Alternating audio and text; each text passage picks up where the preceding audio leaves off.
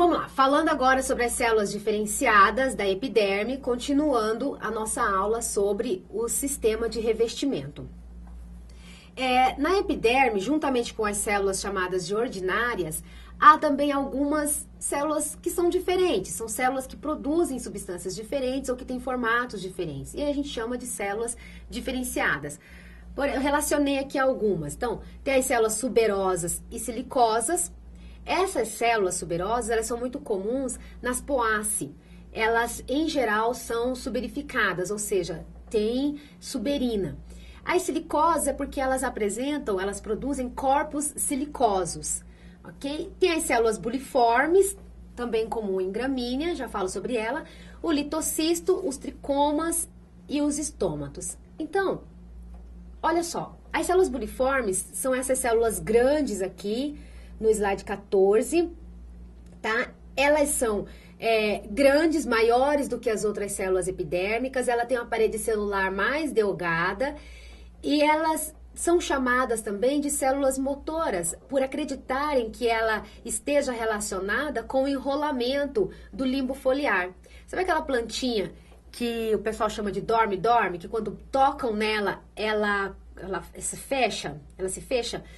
Então, acredita-se que as células relacionadas a esse fechamento sejam as células buliformes, por isso que elas são consideradas células motoras. Aí aqui o litocisto, presente em ficus.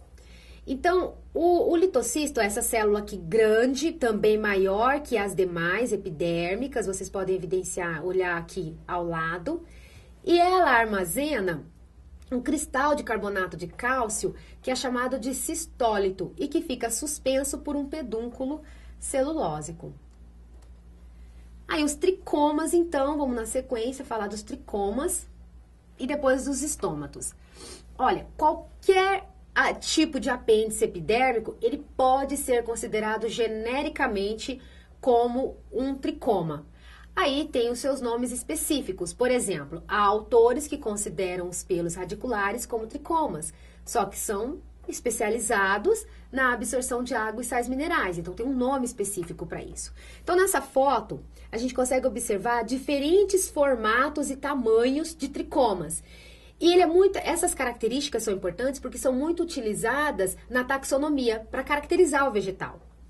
Então, ó, aqui na foto da esquerda, vocês podem verificar, é um corte paradérmico também, vários estômatos, e tem um apêndice epidérmico, essa estrutura alongada e afilada é chamada de tricoma.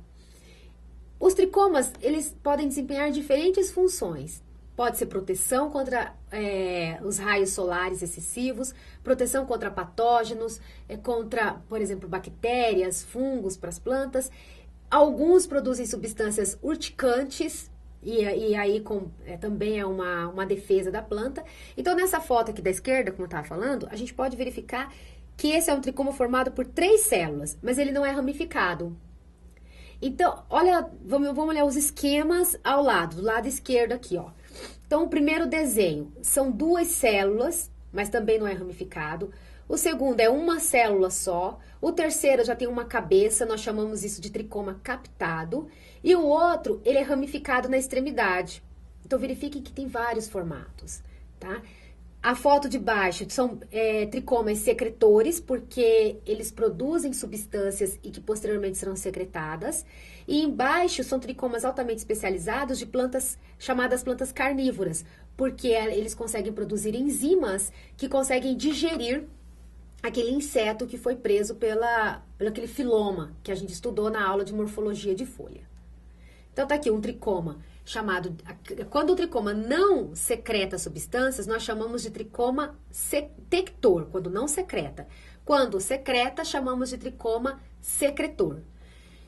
Na foto da esquerda, a gente vê um tricoma tector e um tricoma secretor, um do ladinho do outro.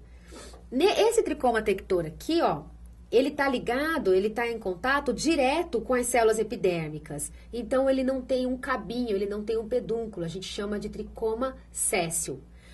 Agora, dê uma olhadinha na foto da esquerda. Ele é um tricoma secretor multisseriado. Reparem que são várias células. E ele ainda tem uma base. É uma base pequena, mas tem uma base. Então, ele é um tricoma que não é sessile, ele tem um pedúnculo aí.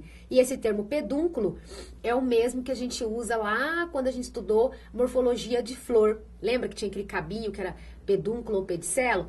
Aqui, esse pezinho do tricoma a gente chama de pedúnculo também.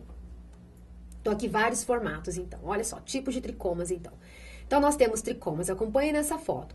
Temos tricomas que são multicelular uniceriado. Uniceriado porque não é ramificado, tá bom? Olha na figura 33. Ele é multicelular, mas ele tem uma ramificação, tá? Então, ele é multicelular ramificado. Da mesma forma, o 32, tá vendo?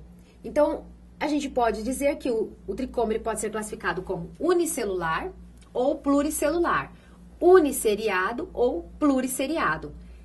Esses todos os tectores. E ainda temos os glandulares ou secretores, que em geral são captados, ou seja, que tem essa cabeça que produz as substâncias, e aí normalmente essas substâncias ficam entre a parede celular ali e a cutícula, e depois, quando se rompe, libera essa substância. Há também os tricomas especiais, que são chamados de escamas, que são esses aqui, numerado aqui, entre 36 e 37, tá bom? Quando ele não tem, quando ele tem um cabinho, a gente chama de peltado, ok? Então, aqui outros tricomas com formatos estrelados, porque são bastante ramificados, multicelular, multisseriado também. E aí, um tipo diferente de tricoma são as emergências. As emergências, elas, além de serem formadas por tecidos da epiderme, se vocês olharem nessa foto, na 39 e na 40, há também a formação, na formação da emergência, células que provêm debaixo da camada epidérmica. Então, vem células parenquimáticas, tem células xilemáticas, tem outras células participando da formação desse apêndice aqui. Então, ela recebe o nome de emergência. Isso aqui é um tricoma peltado, tá? Chamado também de escama. E cada uma dessas partes aqui tem um nome diferente. Tem as células do escudo, tem as células do raio, ok? Quando a gente for fazer a aula prática, eu vou dar esses nomes direitinho para vocês, tá bom? Hoje eu só quero que vocês se recordem que isso é uma escama. Presente, por exemplo, em Tillandsia, que é aquela planta que cresce sobre fios. Não sei se vocês já observaram isso. Os acúlios, que se desprendem com facilidade, tá aqui a foto. Eles não têm feixes vasculares, então até certo ponto eles são destacáveis com facilidade. Também são considerados tricomas. E aí, como tem suas características peculiares, tem um nome diferente também, que no caso é acúlio. As papilas, que estão presentes principalmente nas pétalas e sépalas das flores, e aqui são papilas da rosa, elas são proeminências da parede periclinal externa da epiderme. E aí, do lado direito, a gente visualiza, então, eletromicrografias de varredura de pétalas, mostrando as papilas. Não está muito claro ainda a função dessas papilas, mas acredita-se que esteja relacionada com a reflexão dos raios solares, evitando, então, um superaquecimento das plantas. Os tricomas às raízes, como eu falei para vocês, que são os tricomas absorventes, que recebem o nome de pelo. Então, olha só, aqui nessa foto da parte de baixo, né, inferior esquerda, a gente consegue perceber uma importância, uma função dos pelos que, além de fazer a absorção de água, consegue guiar aqui a direção da água pela via simplástica e apoplástica. Então, pela via interna, passando por dentro das células e por entre as células. E aí, as outras fotos estão mostrando detalhes de pelos absorventes, que no caso foi fotografado de raízes. Aí os estômatos, então. Então, por definição, ele é um complexo de células que delimitam uma abertura. Essa abertura é chamada de ostíolo e é responsável pela eliminação de água por transpiração e também é responsável pela troca gasosa.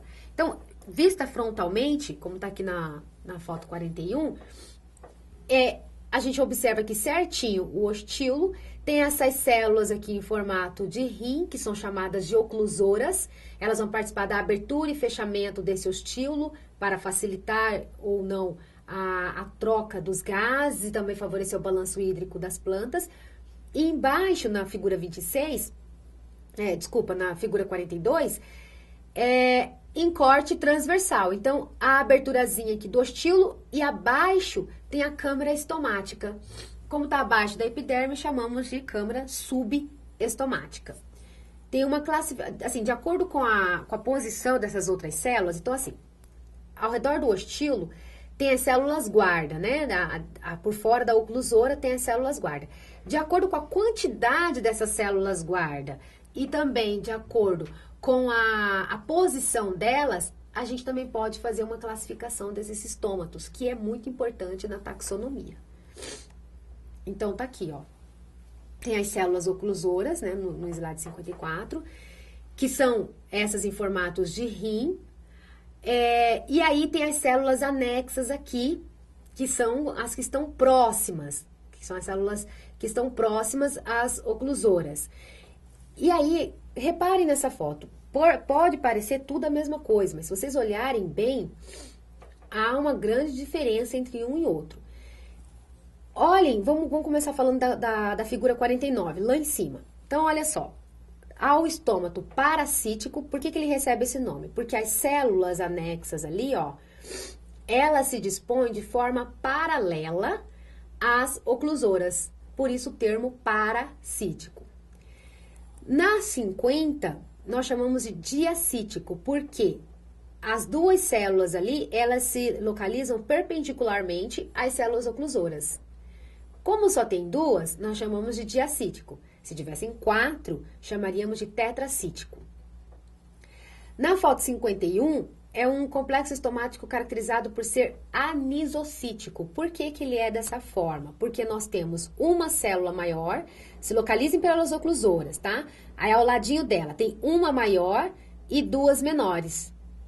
Só que cada uma delas, ó, apesar de eu falar duas menores, mas tem uma que é maior que a outra. Tá vendo? São 3 células, cada uma com tamanho diferente ali, mas uma é bem evidente que é maior. Essa é chamada de anisocítico.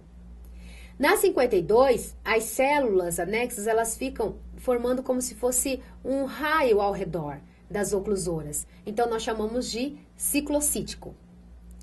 E quando essas células anexas não se diferenciam das demais epidérmicas, nós chamamos de anomocítico, que é o que está na 53.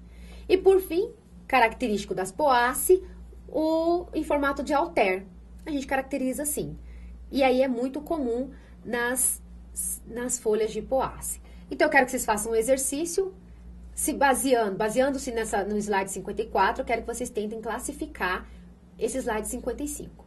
Ok? No dia da nossa aula prática, eu dou a resposta, quero ver se vocês conseguiram fazer esse treino. Aqui, essa eu vou dizer que é o tetracítico, aqui no slide 29, do lado esquerdo, esse que é o tetracítico. Na outra foto, esse asterisco aqui está mostrando a câmara subestomática e a seta está mostrando a abertura do ostilo. Vamos fazer mais uma pausa e no próximo vídeo a gente continua falando sobre o sistema fundamental.